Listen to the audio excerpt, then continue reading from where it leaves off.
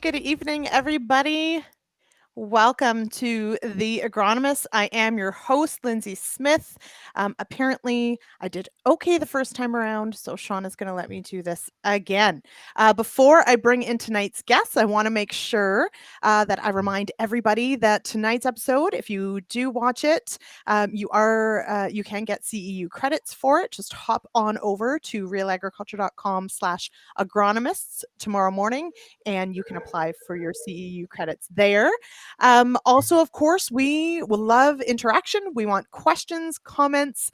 There's usually some fun to be had in the comment section as well. So whether you're on Twitter, YouTube, Facebook, be sure to get your comments in early. We'll try and get to as many questions as we can. And every now and again, we even will send out a free hat for those of you who want to participate. So tonight's topic is strip tillage. And before we get into what that's all about, let me bring in our guests.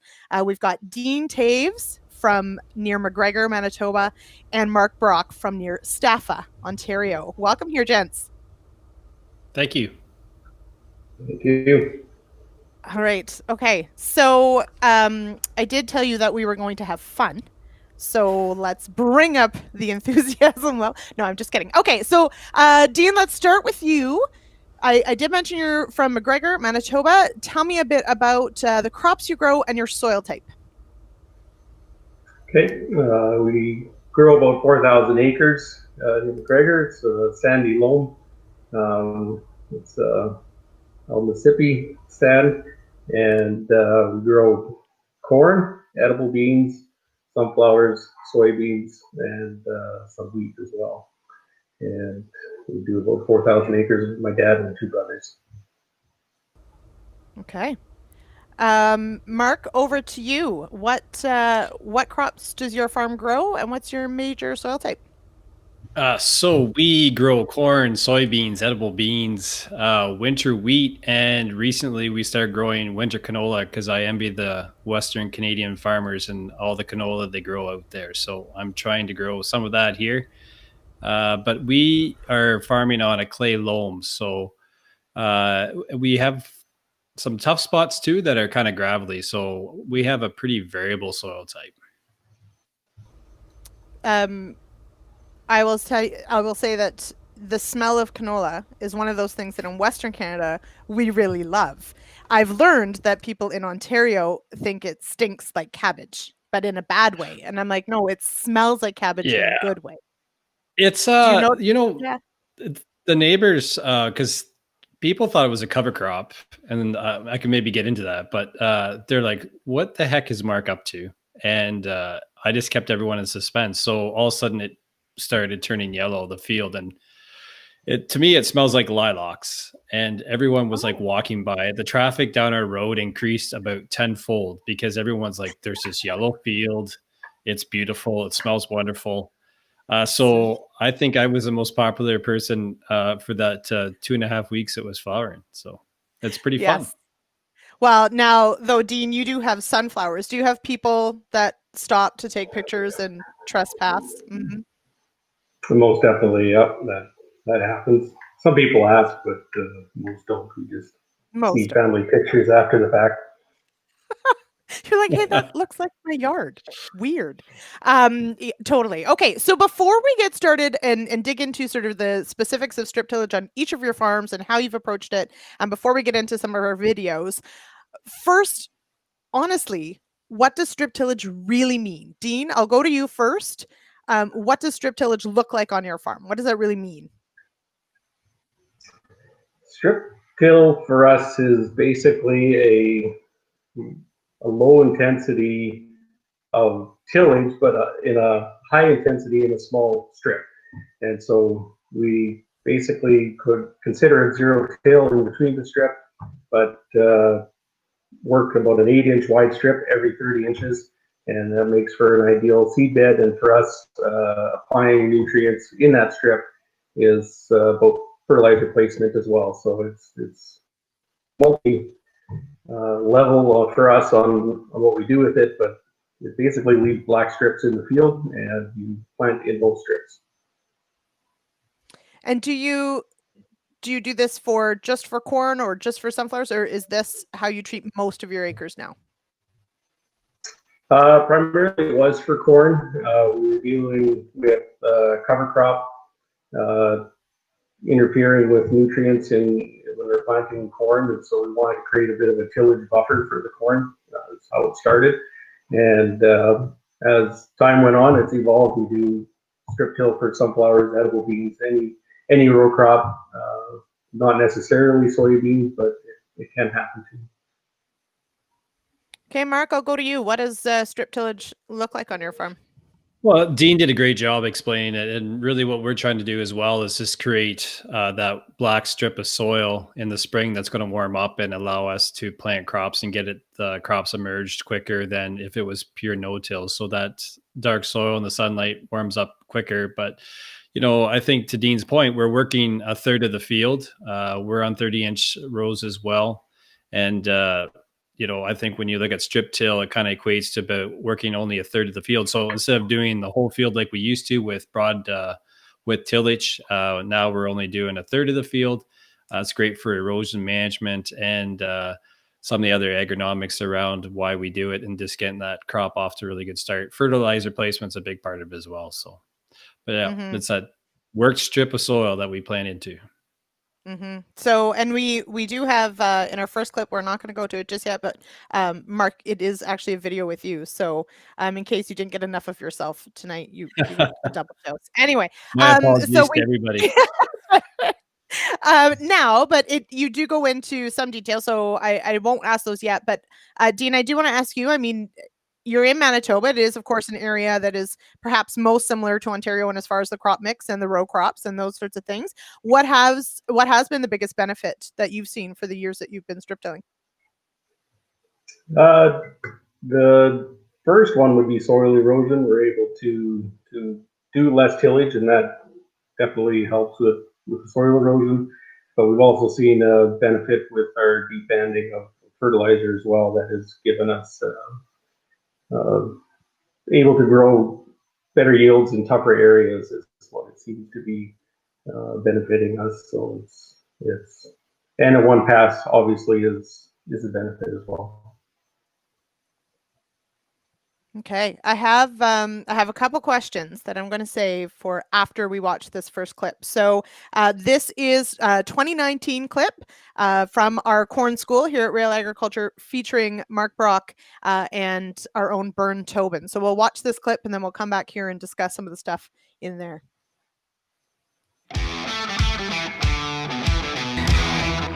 And you started strip tilling 2015. Let's talk about this system, how it works for you, how it's worked this year. What did you start it for? Well, I actually watched a lot of farmers around me, a couple anyways, that have been very successful with strip till. And I always admired the system because of its simplicity. I know it's not simple, but it looks simple. Yeah. We were always full with tillage, disc ripper, cultivator, because we felt we had to with chick manure and the rotation and the need to incorporate it. We kind of just started integrating cover crops, and we were 20-inch rows, but we wanted to manage corn more intensely with fungicides and side dressing, so we decided to go back to 30-inch rows. And at that time we thought, why not try this strip till system, and that's kind of what we did. So it's been a really great transition for us. We have not seen any yield reduction. Our yields have held, and I think our soil is really improving with the use of cover crops and the strip till. Well, let's talk about the system. Now, fall strip till, talk about the unit and the size of those strips and what you're trying to achieve in the fall. Yeah, I think for our system that works well is because of manure and using that, we want to alleviate a little bit of compaction. So we use a shank strip till unit. It's an Orthman 6-row. We're 12-row on the planter, but with our TK guidance, we're pretty comfortable about doing a 6-row strip till rig. So we're doing that in the fall to kind of rip up that compaction and do some stuff like that and get that nice kind of 9-inch berm, a couple inches high going into winter. And then now in the spring, what we're really doing is just planting into a stale seed bed. So we just plant into those strips the way they are with the planter, and it's working well.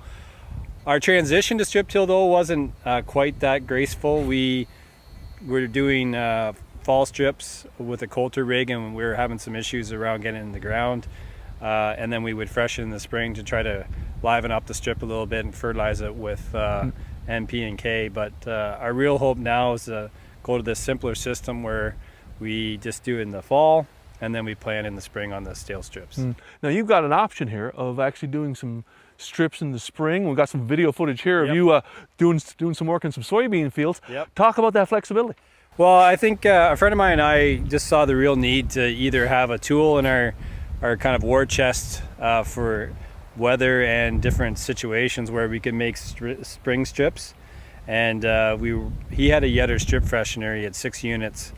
And we thought we'll take my old planter bar and we'll put another 6 on it. We'll have a 12-row strip freshener using the Yetter units.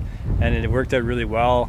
You know, in that soybean stubble where we planted corn, I'm really happy with the results and the emergence there. So, you know, that was just soybean ground that we stripped. And if we get really desperate and feel the need to freshen some strips in the spring, we can, but we haven't felt we need to on these fall-made strips in the wheat stubble. Yeah, you talked about, I guess, you know, it's not a bit. You're not chasing yield here. You're chasing efficiency. You're eliminating a lot of passes over this field. What is your I guess your program look like now with strip till? Well, you know, I think for us, we really won, to be honest. In our system that we've created here, we have you know, manure from the chicken operation that we can integrate into the system. We're putting cover crops in there, helping with organic matter and micronutrients. You know, uptake too with the chicken manure applied, and then we're making those strips where that's the first pass and the last pass before planting or planting, and we're seeing the same yield. So we're putting money in our pocket because our expenses are going down. So I don't get caught up in how much your corn yielded. To me, it's not per acre, and with this system, we're making more per acre. Yeah. You talked about, you know, the soil temperature in those strips. Talk about this year. Cold and wet.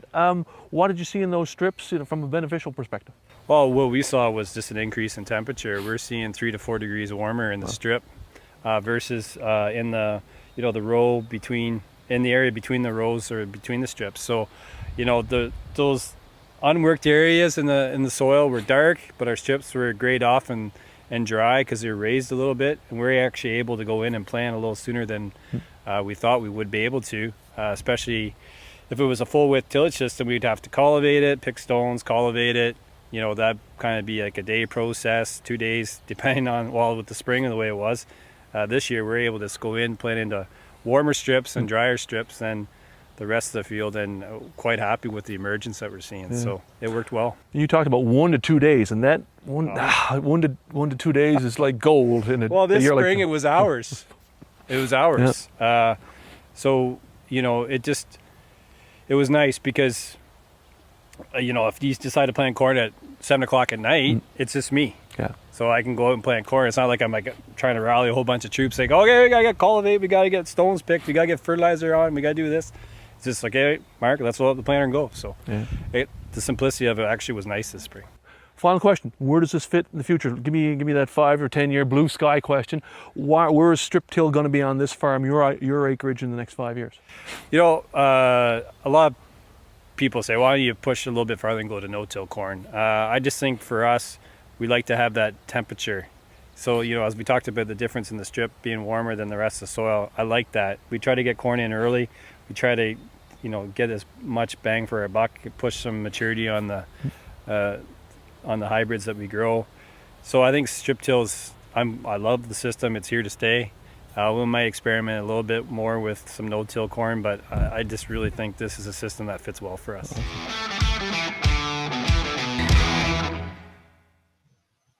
I just really like our music. I'm jamming.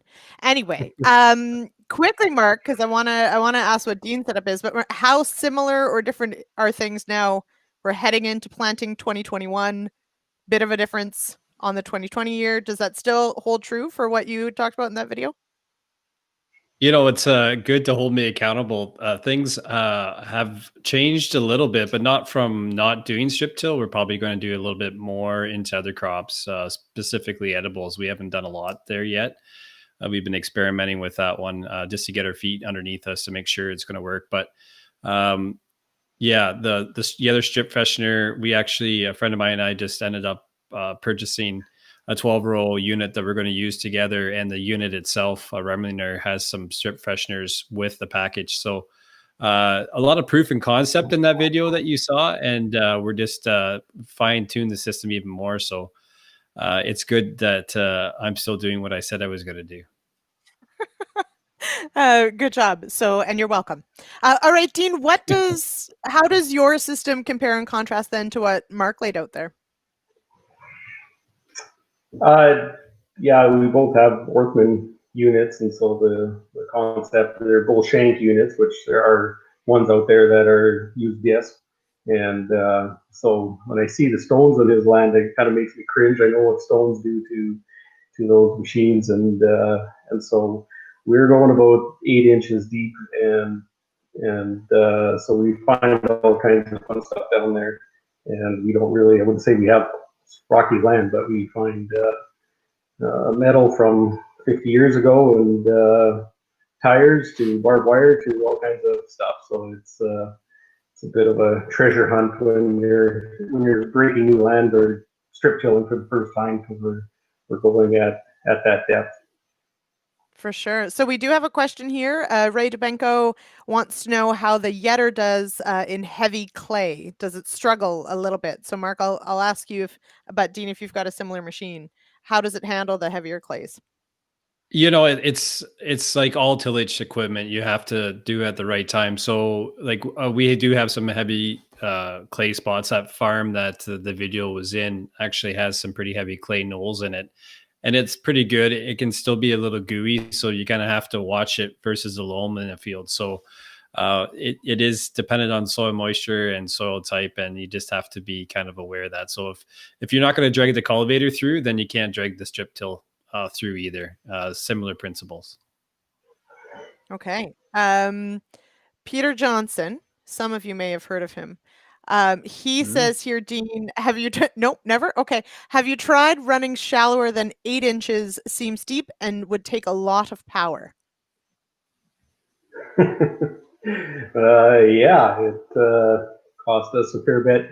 Part of the reason we're going that deep is for separation, because we're banding all of our fertilizer up front, and we're doing it in spring, and that's probably a big difference with how Mark is working with that in Ontario by doing it in fall.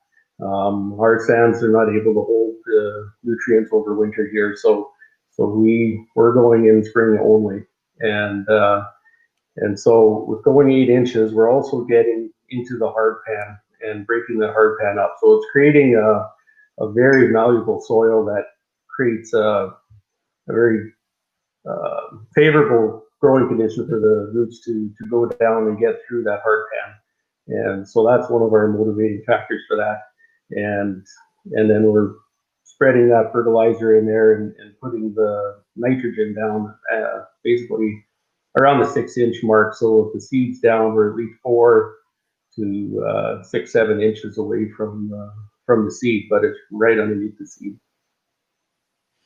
Okay, now, Mark, I wanted to bring up in your video, you do use the term stale seed bed. What exactly is a stale seed bed? So what I define a stale seedbed is that there's no tillage or nothing's done to it when it comes out of the fall and into spring. So we'll make our strips in the fall. We'll have that nice strip that you can see there in the video clip. And it just basically settles over winter. And then come spring, it's just kind of a mound of nice gray soil, and we'll just plant fresh into it. So we don't freshen our strips anymore. We don't, I kind of said in the video, liven them up. We used to be a 2-pass system with a Don Polaris, a Coulter unit. So you do a pass in the fall and a pass in the spring with a chunk of nitrogen, P and K for the corn crop. And since we've gone to the stale seed bed where we aren't doing that in the spring, we set up an Alari cart system with our corn planter. We're doing dry fertilizer with the planter so that we do still have the fertilizer. We just have eliminated that freshening pass in the spring. So I just coined the term, or people have coined the term, the stale seed bed. So that's kind of, nothing's been done to it in the first pass through the fields with the planter. Agrodome. loves the term stale seed bed, and I had Yes, never he heard does. it I before. think I probably took it So from him, probably. maybe. So thanks, Phil. Thanks, Phil Shaw. Now we do have a question here. Do you need RTK to do something like this? Dean, how important is having precision lines for this? Yeah, it's kind of everything. You need to be able to plant on those rows, especially when your fertilizer's sitting there. And so RTK on the strip till and RTK on the planter. However, the planter, technically the guy can see the rows already in front of him, but it just makes it a whole lot more precise to do that. We have 12-row strip till and a 24-row planter, so then we have a guest row in there. So that's the other reason you need to have parallel lines. And we actually have a GPS beacon on the strip till itself, so it's a passive steering. So it's, if there's a little bit of side draft or something on there, then it puts the tractor in the right spot so that the strip till is in parallel to the previous pass. And so it's something that is worth spending money on. Okay. So I am going to have Jay queue up our next clip, which is with Ben Rosser talking about soil tests.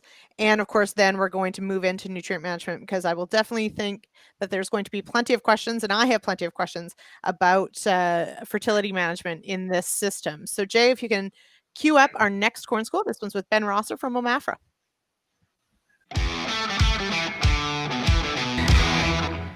I want to talk about strip till, and a lot of questions here today, and basically on your presentation, on your trial, on how to soil test for strip till. And I guess it's an obvious question. If you're putting all, a lot of your nutrients in a strip, how do you test across that field? So I guess the first question is, what's the difference in nutrient concentration in that strip versus the rest of the field? Right, so as you mentioned, obviously one of the big benefits of strip till is being able to put fertilizer in that strip when we're going, which is great, but obviously from a fertilizer soil testing perspective, presents a bit of a challenge. So again, depends a bit on the system. Some strip tillers are moving their strip consistently, say 10 inches every year in that corn year, to spread fertilizer applications across the field.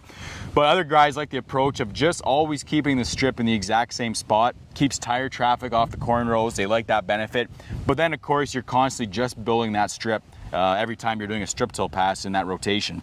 So just as an example, for a grower who's keeping it in the exact same spot, Jake Monroe had done some soil sampling last summer, and in his case, when he looked at values inside of the strip where P and K had been built, he had a soil test P value of 58 in the strip and a soil test K value of 106 in the strip. When he compared soil sampling outside the strip, where they was never stripped and never banded with fertilizer from the strip tiller, it was a 21 for P and an 83 for K. So clearly building things over time in those strips. So Ben, clearly we've got a higher concentration of fertilizer in that strip. So when you're soil testing, you want to get an average look at that field. How do you collect your samples? Right, and obviously that's a challenge, right? Because our test has been calibrated for a field that's been broadcast. Corn roots aren't just confined in that zone. They're using the whole soil profile and out in the rows as well to pick up nutrients. But obviously we want to capture what would it look like had there been fertilizer broadcast across the whole field to actually use the recommendations, right? In the Pub 811 or whatever you're using. Mm-hmm. So there was some work done actually in Illinois where they compared that. They compared strip till where fertilizer was banded in the strip, and they compared that to no-till where fertilizer had been broadcast across the field. And basically their goal was, how can you soil test in a strip till scenario to get the same ppm value in a soil test as where you would soil test across a no-till field where things have been broadcast. So they looked at a bunch of different scenarios. What they found is that if you take one soil test inside of that zone where fertility had been built, for every 2 or 3 samples taken outside of the strip, so in between your corn rows, on average, once you mix all those soil samples up, you would get a value that was pretty similar to where the same amount of fertilizer had been broadcast in the no-till plot right beside it. So that's, the general recommendation is 1 core in that built-up strip for every 2 or 3 cores taken outside of that strip to get that field average. What about a grower who wants to come back in on the same strip?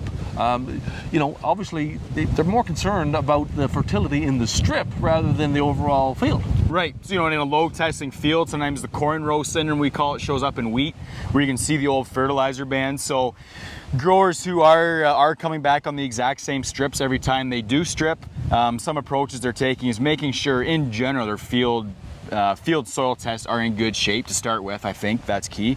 And also, if you're putting down wheat and beans, I think a lot of the growers who are in that system are putting some fertility down with them as well, to make up for that too. So I think, you know, obviously there's a system that has to work. Those are some of the things they're making, some of the things they're doing to make that system work, to come back and always build those same strips year after year.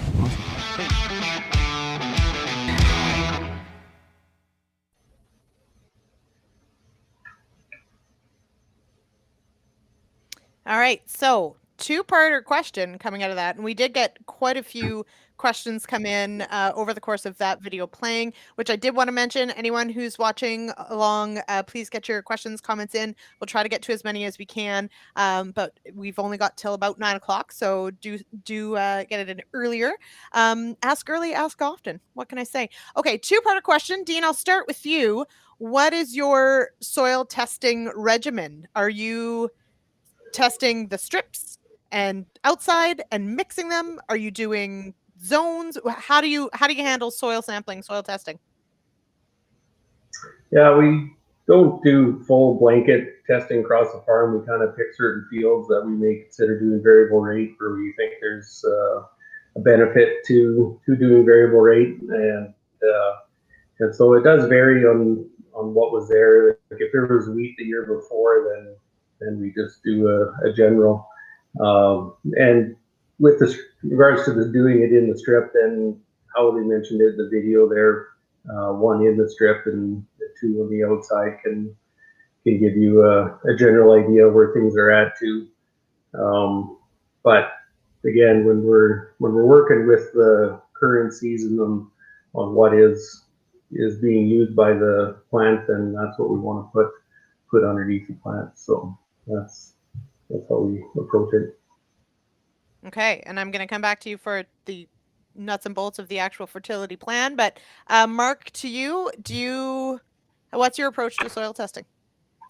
So, because we're kind of mostly a 3-crop rotation, corn, soybeans, winter wheat, we always test the winter wheat ground, and it's kind of because we take about 70% of our nutrients from chicken manure, so it's broadcasted over the field, so we don't really have as hot as zones as some people might, because of the bulk of our fertility is through the chicken manure. But we do have those strips of corn starter fertilizer that we use. But when we test, I think we just kind of are aware of that and try to, I wouldn't say avoid those spots, but kind of account for them. But we kind of test on management zones. So I think just the way we handle our manure and do our fertility, we don't have quite the concentration of fertility in zones that some people could run into in a system like this with strip till. Okay, so to get into the nuts and bolts then, what is your NPK plan? Dean, I'll start with you. Now you said you're putting your strips in the spring, right? Not in the fall. So That's what's right, going yeah. down? Yeah, what's going down when? Well, we've set up our strip till units to have liquid N and sulfur, and then we have separate product of potash and phosphate as dry product. And so we have run both of those down those strips. So it's really as much as the field is efficient and as little as what the plant will use, I guess. And so we've been playing with that for a few years, where we've been tweaking the fertilizer rates. Say for corn, we've kind of been settling in at 120 pounds. We know that most guys around us are in 150, 180. And we tried those amounts, and we just don't get the economy with putting down that much nutrients the plant seems to use. There's other restrictive aspects to the season, obviously, that keeps it from necessarily following the the pound per bushel type ratio, and we just managed to stay under that and in that 0.6 to 0.8 pounds per bushel on the corn. Okay. I did want to mention before we get to Mark's answer to this, but Viren did mention it's bizarre to watch these videos of everyone standing so close together and not wearing masks. and I didn't I really was think thinking about the it. same thing. It was crazy. Yeah, it's like, remember when we were so foolish Like I was talking to hugging. each other? I thought I Yeah, was hugging him in the video. It seemed like, but pretty much. Yeah, and talking moistly. Anyway, okay. Uh, Mark, walk us through, when is the NP&K going down on your fields?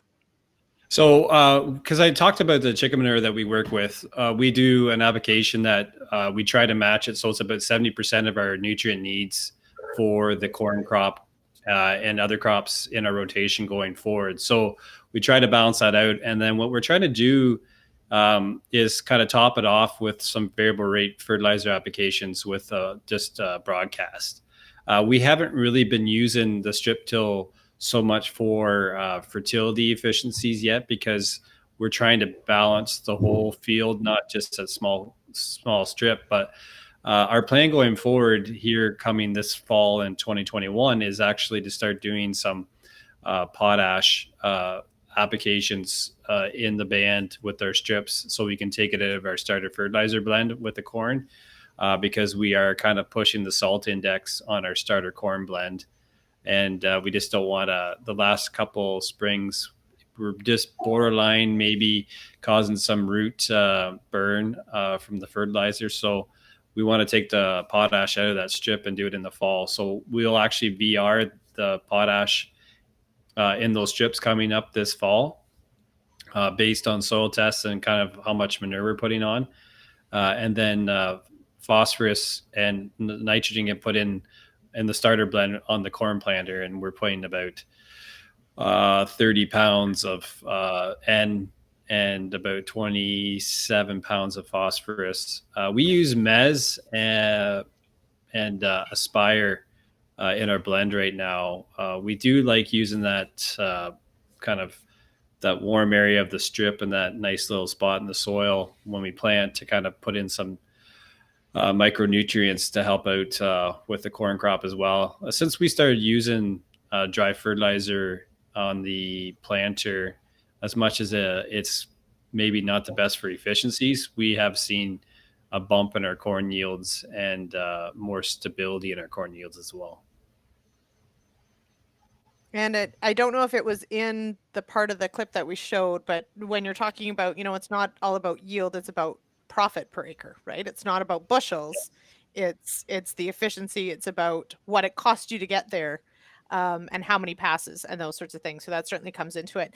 A couple of questions on the equipment side I'm going to save until we watch the equipment clip. But I have had a couple questions come in about soil health, and the soil in that strip and the soil outside of the strip. So maybe, Dean, I'll start with you. When it comes to water infiltration or residue cover, erosion control, what have you noticed in your soil? What differences do you notice in that strip and outside? Well, a few years ago, we had been to National Strip Till Convention in Ohio, I think it was that year, and they talked about seeing more earthworms and more life in the soil, and that is something that we've definitely been seeing in the last few years. In multiple years that we've been doing this, is just more activity there, and it seems like things are also the residue is breaking down faster than it used to as well, and so we're a whole lot more okay with leaving more residue on top, like for the high trash, like corn, obviously, and then for those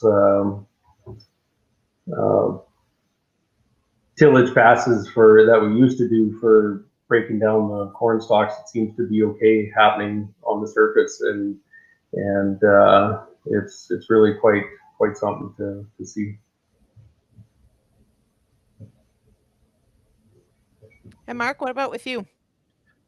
We're seeing some pretty big benefits from what I can kind of say anecdotally, because there's no science behind it. But when it seems like we just get pummeled with a 4-inch rain event or a 2-inch rain event, and with the whole idea of growing a cover crop after the wheat and putting those strips in, usually we put the strips in the cover crop around September.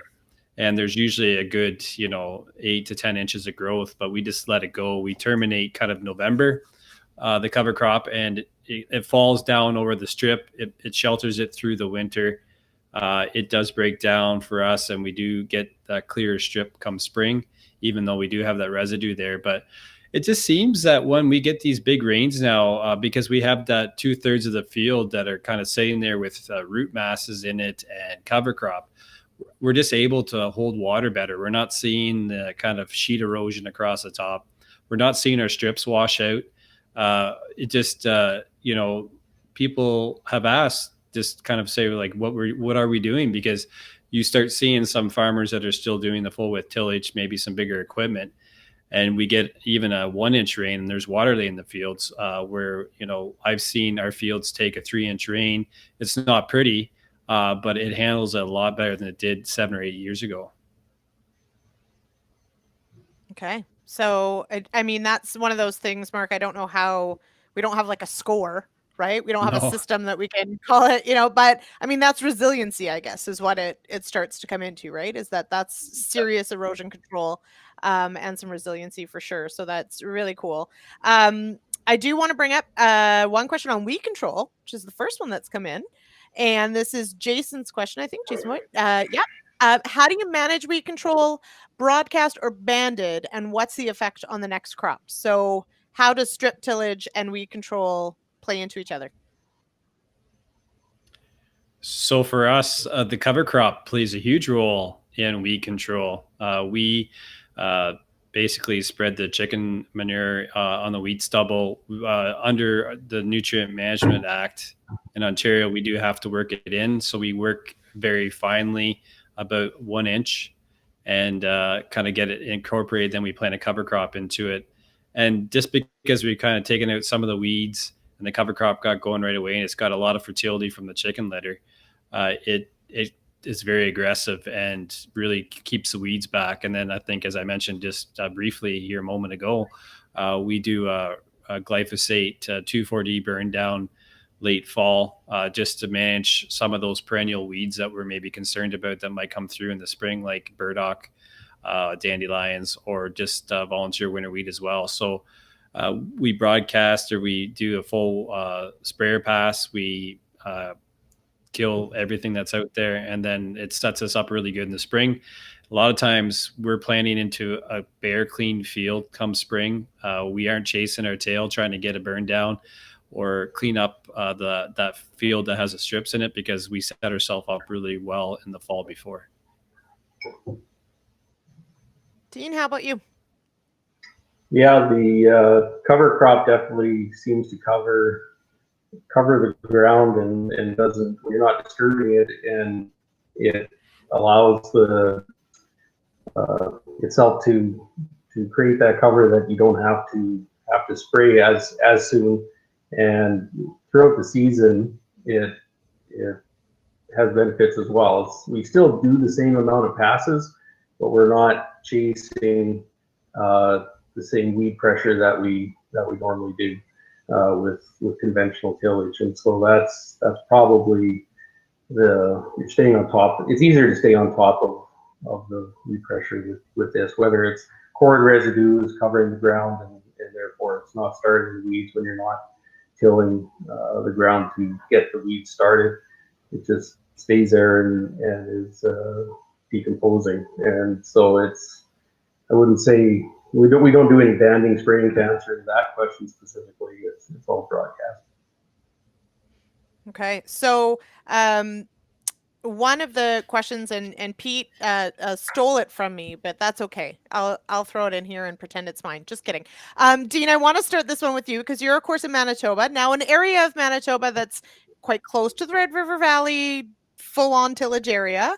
And so compared to, say, as you move west into western Manitoba, into Saskatchewan, into the more zero-till areas, for sure, tillage is still relatively common where you are, for sure. Are you seeing adoption of strip tillage? Are you seeing more interest in it? And if or is it where you thought it would be 10 years ago, let's say? Well, we started in 2013, and there was really not, we didn't know of anybody else in Manitoba that was doing it at that time. And there is a handful of guys doing it now. And so a lot of our information and our machine actually came from Nebraska. And now we got a second machine that came from Indiana. And so it's definitely a strip till island. However, the custom side, and that's why we got the second machine, is we've been doing some for neighbors, and anytime we've done a few acres for them, they seemingly like what it's doing, and they get us to do more again. And so over the last few years, we've been slowly adopting, or neighbors have been adopting it as well, and our acres are increasing on the custom side every year. So that's why we decided to take on another machine. Now, Mark, what about for you? Have you seen more adoption of this in Ontario? I think there's a lot more interest around it. I think a lot of the work being done too with OMAFRA staff to get farmers away from full width tillage, to kind of focus on soil health. This strip till system is a really great, I call it the compromise, in a way where, you have your traditional tillage kind of in this small little area that you feel good about, and it still gives you a little bit of tractor time, but you're not doing that whole width tillage. So there's a lot of interest around it. There's been a lot of adoption. There's a lot of people that I was quite surprised that have taken on the practice that I didn't really think would be interested in it. So I think some of the work being done and the promotion around it, and just farmers talking about their success with it. And I think people drive by, see what we're doing, and we're still in business every year. So I think people say, well, it can't be a failure if Mark's making it work and he's doing it year after year. So I think that just really helps convince people that it's a viable option. I think it's heavily subsidized by the sheep farm, but anyway, no, I'm just kidding. It's that potent sheep manure that just carries us through. It's mellow. It's perfect. Anyway, and hello to Sandy. Sandy did zip in a hello there. So hi, Sandy Brock. Okay, so we are going to go to our third clip because, of course, we are talking tillage. We can't talk tillage without tillage implements, and I'm sure there'll be all sorts of questions about that. So we're going to go now to a quick clip with Wheat Pete going through a couple of the different options and some of the pros and cons. Then we'll talk about that when we come back.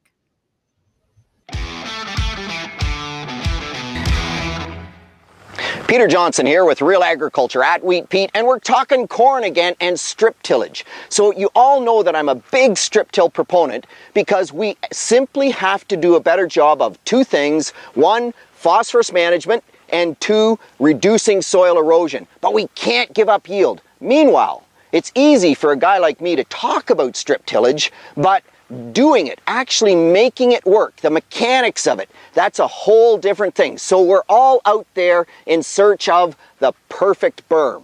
We're at Elgin Soil and Crop today. They've put together a great strip till demonstration, and we're going to look at what the do's and don'ts are of trying to build that perfect berm. So we start off with a strip cat. This machine is actually made here in Ontario. Cool that many of these machines are made in Ontario, but there's lots of them made in the US as well. They all do a good job. A shank machine. You can see that the coulter up front slicing the residue. These are tough conditions because the weeds have gotten up big.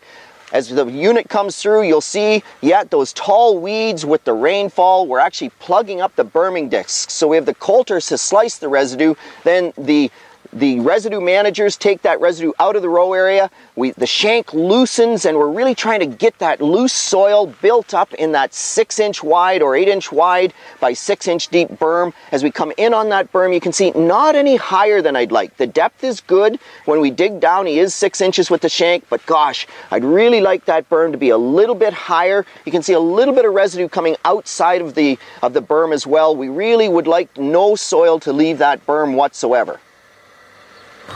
So next up we have the Salford unit, and we've all seen lots of these Salford units. This one in particular is set up just like an RTS, only now we have shanks going through, so lots of coulters to do some tillage, some loosening, and these disc killers at the back to make the berm. And so we're going to run this unit both with the shanks up first. So here we're running with the shanks up, and when we turn around at the far end, going to put the shanks down and see what kind of a job that does. You can see now that under these conditions, it's pretty heavy clay soil, and when he puts those shanks down and running them quite deep to try to get that 6-inch depth, gosh, a lot of tillage there. That's almost full width tillage, not really getting into the strip configuration that we'd like, although under different conditions, different soil conditions, you might. When you look at the strips without the shanks, that's pretty nice. It's wide. You could easily do twin rows on top of it. It's fairly high. One of the concerns, there is a little bit of a trench where the disc killers have pulled that dirt in. If you're on a significant slope, you do that in the fall, the water can start to follow that trench at the edge,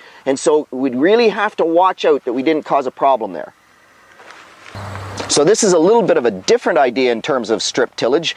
This is a seeder, just a drill, an air cart with a drill, and what we're going to try to do with this, it's the bio strip till. So we're not actually going to build a strip with the unit itself. Instead, we're going to plant different cover crop species in 2 of those units where the 30-inch corn row will go, and it might be a daikon radish, nice deep roots to create a loose zone there, and we might put cereal rye in between. And so it's the concept of bio strip till as opposed to doing it with the iron. Okay, so this is the other style of machine. This is a Dawn Pluribus, and it's a coulter style machine. So we're no longer running a shank to suck us in the ground and to loosen that ground up, and some significant differences between coulter machines and shank machines. Speed with the shank machine, we go too fast and we blow soil out, and so we generally tend to run them slower. With a coulter machine, we have to have enough power to get some speed up to get the coulters to throw that dirt and do the job that we want it to do. He's doing 9.5 miles an hour here. That's probably a little bit fast because the residue managers, the trash whippers up front, are actually throwing a little bit of dirt outside of the strip area, and we certainly don't want to see that, because anytime you throw dirt out, it's going to mean less dirt in the berm. You look at that berm though, a little bit shallow here, so he's only about 3.5 inches. We'd like him to get deeper. That's a weight thing with a coulter unit, but gosh, you look at that berm, very, very nice berm. You can see it's got good fluff to it. It's 5 inches tall. It's probably 6 or 7 inches wide, maybe not quite wide enough to do twin rows if you want to do twin rows, but in terms of a single 30-inch corn row, that's doing a pretty nice job. Just need to get a little deeper. So this is the Orthman unit, the Orthman 1 tripper, and this is actually the grower's unit, and he's set it up and he's only spring strip till. Really odd on heavy clay soil to run a shank machine and be only spring strip till, but you can see the rolling baskets here, and so that's going to try and break up those lumps, and he's also pulling a packer. Now that's kind of an interesting thought process. But in the spring, we really don't want lumps. We've talked about whether we have it lumpy or fine. In the spring, you definitely don't want lumps, and many other growers actually thinking about ways to get that packed down and not lose too much moisture in the spring. So we look here, he's running nicely at 6 inches deep. His width is good, but no height whatsoever to that berm, of course, because he's running both the rolling baskets and the roller behind. In the fall, if you're going to use that, you drop the roller and you would actually lift those rolling baskets, I think, so that we got that berm built up. He's leaving a nice deep 6-inch slice. He's actually going to plant twin rows each side of that slice and allow the roots to go down into that trench and pick up the fertilizer, because he's blowing fertilizer down into that trench. And that's a really another important consideration with all this. How we manage that fertilizer gives us an excellent opportunity to do that. So there you have it. Lots of different ideas. By the way, as you watched each unit go through the field, shank, coulter, I don't care, it's often the nut behind the wheel that makes the difference. Any of these strip tillers can do a great job if you set them up right. What are we really looking for? So in the fall, remember, the experienced guys, they want us to be 6 inches wide as a minimum and 6 inches deep. I'm surprised at that, but that's what they tell me. So a 6 by 6 zone. We want to have that berm nicely built up. I'd really like to have 5 inches of height if I can. Might mean you have to lift the rolling baskets. As well, I don't want to see any channels or trenches at the edge of that berm, because if you're on a side hill and you get a big rainstorm or a snow melt, whoosh, that can really start to channel water and blow the berm out. And the other thing that I really think you want to focus in on is how rough do you actually want that. Some lumps there in the fall are not a bad thing, because they will help to slow that water. If it's too fine in the fall, it's actually probably not a good thing. The reverse in the spring, we want it to be really nice and fine, and that's why at the end there you saw Stan's unit where he's pulling the packer to fine it all down, and we don't want to lose that moisture. Everybody will have an absolutely different opinion of what the perfect berm is. But those are some of the things to go through, some of the thought process. Figure it out. Somehow we have to make this work. Go strip till.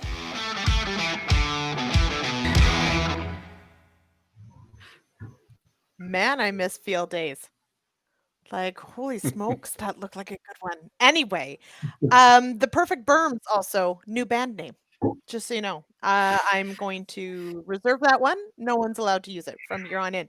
I'm going to ask a few things, but quick question. There was earlier, Mark, you did say that you had the Orthman at one point, which we did see there in the video. Are you still running that one?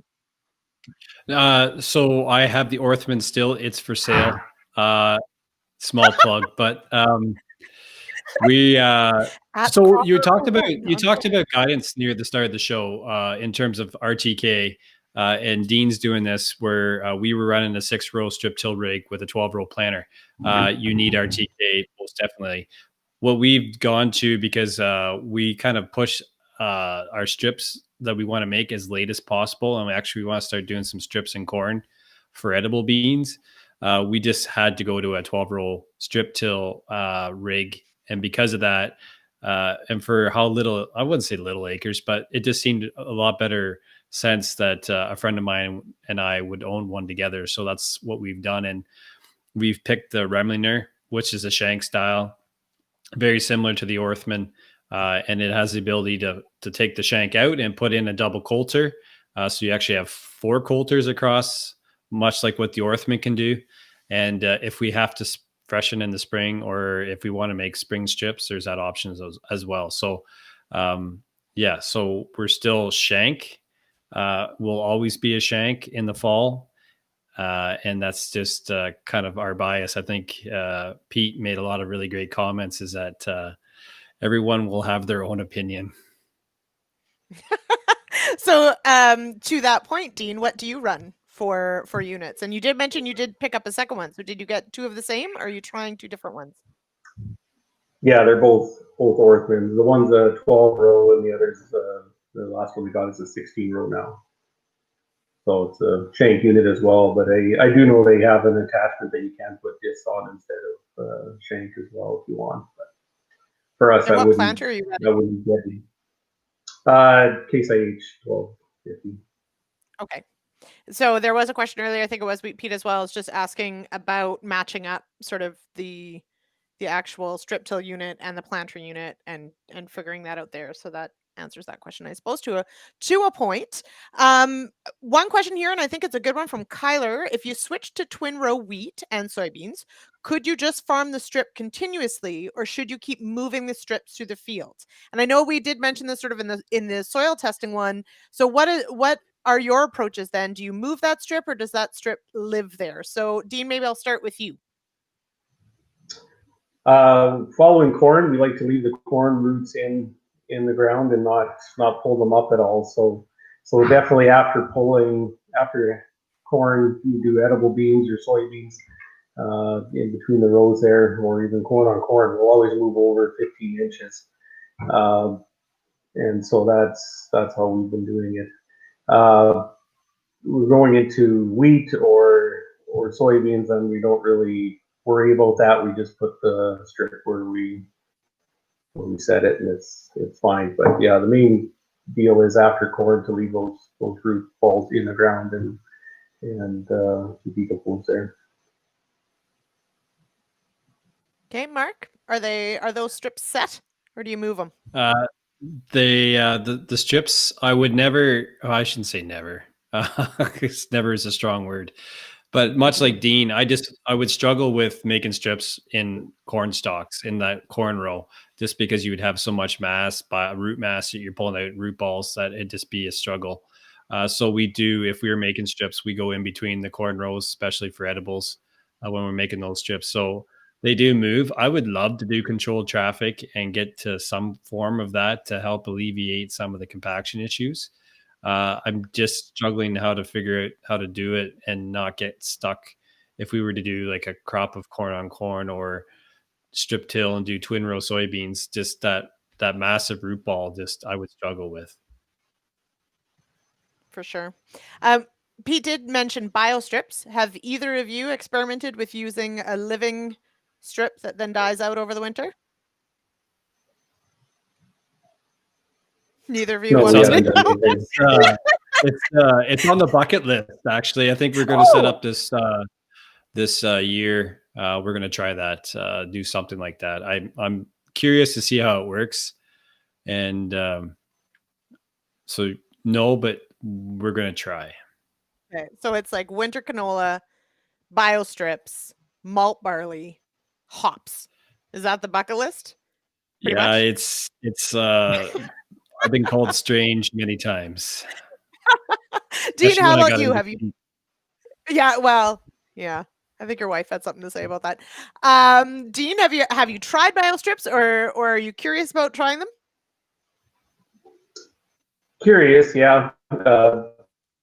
Because of our custom harvesting in fall, there's less time to try different fall stuff. Other than we do cover crops when we can, but that's about the extent of those adventures.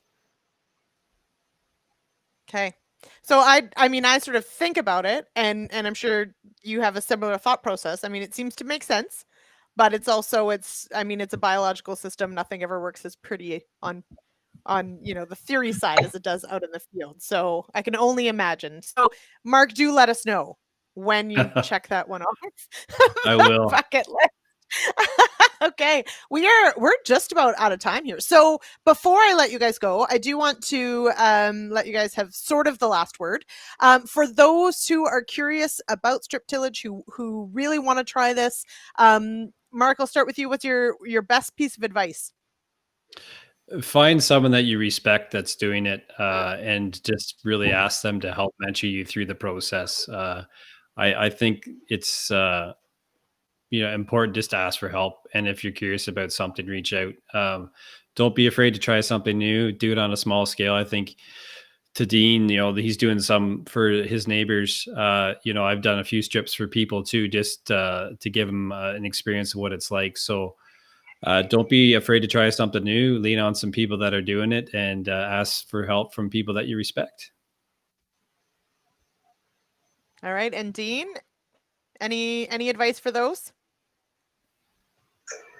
Yeah, I think we just about did everything wrong in the first go around on a lot of the aspects. We didn't have enough horsepower, so we ended up mid-season doing a tractor rental upgrade, and probably we're taking on too many acres on the first year with that too, so that created a whole pile of stress and so getting the ducks in a row, know what you're up against. There's definitely a lot more YouTube videos out there now, guys that go through their frustrations on the first go around, and it looks pretty when all the rows are straight, but it doesn't just happen by itself. It does take some pre-planning and some technology to get it there. Now, Dean, we always say, of course, when you try something new, everyone always says, start small. So how small was small when you started? Like a quarter section?